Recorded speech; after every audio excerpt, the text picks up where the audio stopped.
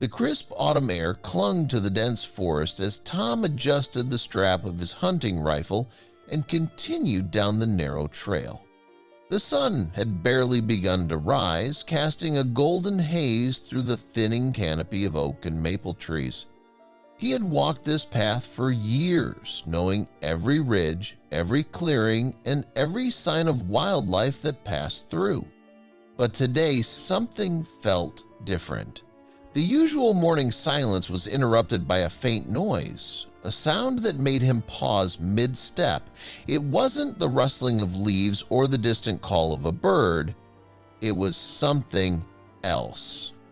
A low, desperate whimper carried by the wind, barely audible but enough to send a shiver down his spine.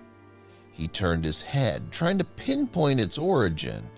It was coming from the direction of the old oak, the one that had been split by lightning years ago and now stood as a silent marker at the edge of his hunting grounds.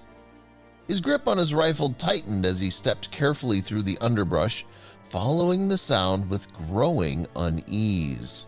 As he approached the massive tree, his breath caught in his throat.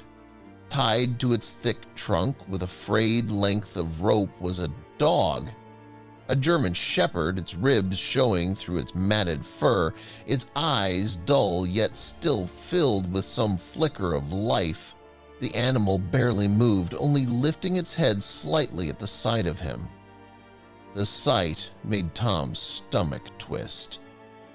Someone had left it here to die. He knelt slowly, setting his rifle aside and reaching out a steady hand. "Hey there, buddy," he said softly, his voice barely above a whisper. "It's okay. I'm not gonna hurt you." The dog watched him warily, but there was no aggression, no attempt to pull away or snarl. Instead, its tail gave a weak wag. Tom's eyes drifted to its neck, where something metallic glinted in the dim morning light. A tag. Not a regular dog tag, but a military identification tag. His fingers trembled as he gently wiped the dirt away and read the name engraved on it.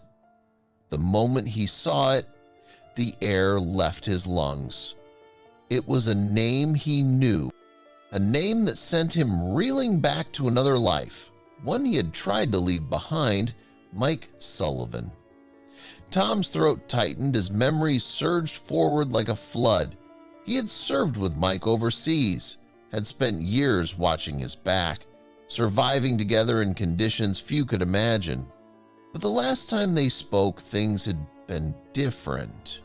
Mike had been struggling, the weight of the past dragging him down in ways that Tom could recognize but not fully understand. And now his dog, Thunder, was here, abandoned, left tied to a tree in the middle of nowhere. But why? What had happened? He reached into his pack, pulling out a water bottle and some of the jerky he had packed for his trip. Thunder's ears twitched at the sound of the wrapper, but still he waited, disciplined even in his weakened state. "You remember me, don't you?" Tom murmured, offering a piece of jerky. The dog sniffed it before taking it gingerly, chewing slowly as though every bite took effort. As Thunder ate, Tom's trained eye scanned the ground around him. There were boot prints. Fresh, someone had been here recently. Cigarette butts littered the dirt half buried beneath the fallen leaves, and the knot in the rope that bound Thunder wasn't just any knot. It was a military knot. Someone who knew what they were doing had tied him here. Tom's pulse quickened. Something wasn't right. If Mike had abandoned Thunder, it wasn't out of cruelty. There had to be a reason. And judging by the clues around him, that reason could still be out there, watching. He glanced over his shoulder, the dense trees around him suddenly feeling less like shelter and more like a cage. He wasn't alone. Untying the rope took longer than he liked. the fibers stiff and weather-worn. When Thunder was finally free, the dog swayed on his feet before pressing his body against Tom's leg, seeking warmth and comfort. Tom ran a reassuring hand down his back, silently promising that whatever happened, he wouldn't let anything else happen to this dog. "Come on, boy. We need to get you out of here." The walk back to his truck was slow, careful. Thunder's steps were unsteady, his body weak from what Tom estimated was at least a week without proper food or care. Every now and then, the dog would stop, ears twitching, nose lifting to the air as if sensing something unseen, something watching. The feeling never left Tom's gut. When they finally reached the clearing where his truck was parked, he wasted no time helping Thunder into the back seat, arranging an old blanket to give him some comfort. Before starting the engine, Tom pulled out his phone. He hesitated only a moment before dialing Mike's number. It rang and rang, and then voicemail. "Mike," he said, his voice tight with worry. "It's Tom. I found Thunder. He's in rough shape, man. If you get this, call me, please." He hung up and exhaled sharply. The knot in his stomach wasn't going away. Something had happened. Something bad. And he wasn't going to sit around waiting for an answer. He was going to find it. The drive to the vet clinic was tense. Thunder lay still in the back, his breathing steady but labored. The local vet, Dr. Chen, was already waiting when he arrived. She took one look at the dog and shook her head. "He's been through hell," she murmured as she began her examination. "Dehydrated, underweight, but nothing life-threatening." "Whatever he's been through, he's a fighter." Tom nodded, but his mind was elsewhere.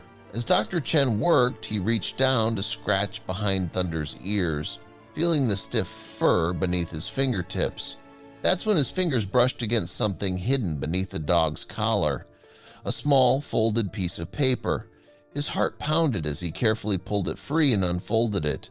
The handwriting was familiar. Mike's. "Thunder knows the way. Please help him find someone who can." Tom felt a chill crawl down his spine. Thunder knows the way. The dog had been left here for a reason. Mike had sent him, but from where? And why? Dr. Chen noticed the look on his face. "That note means something to you," she said carefully. Tom met her gaze, his jaw tightening. "Yeah, it means Mike's in trouble." That night, with Thunder resting at the clinic, Tom sat in his truck, staring at the trail map he always kept in his glove compartment. His mind kept replaying old conversations, memories of Mike talking about getting away, needing space.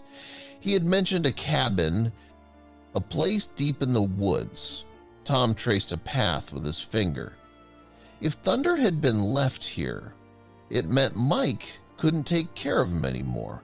It meant something had happened that made Mike believe he wouldn't be coming back.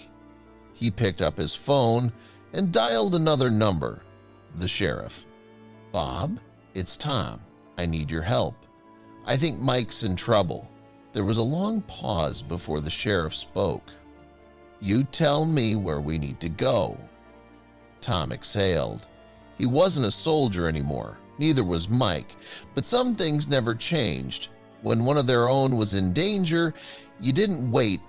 You went and found them. As the first stars began to pierce the darkening sky, Tom put his truck into gear and pulled out of the parking lot. The road ahead was uncertain, but one thing was clear. He was going to find Mike, and this time, he wasn't leaving without him.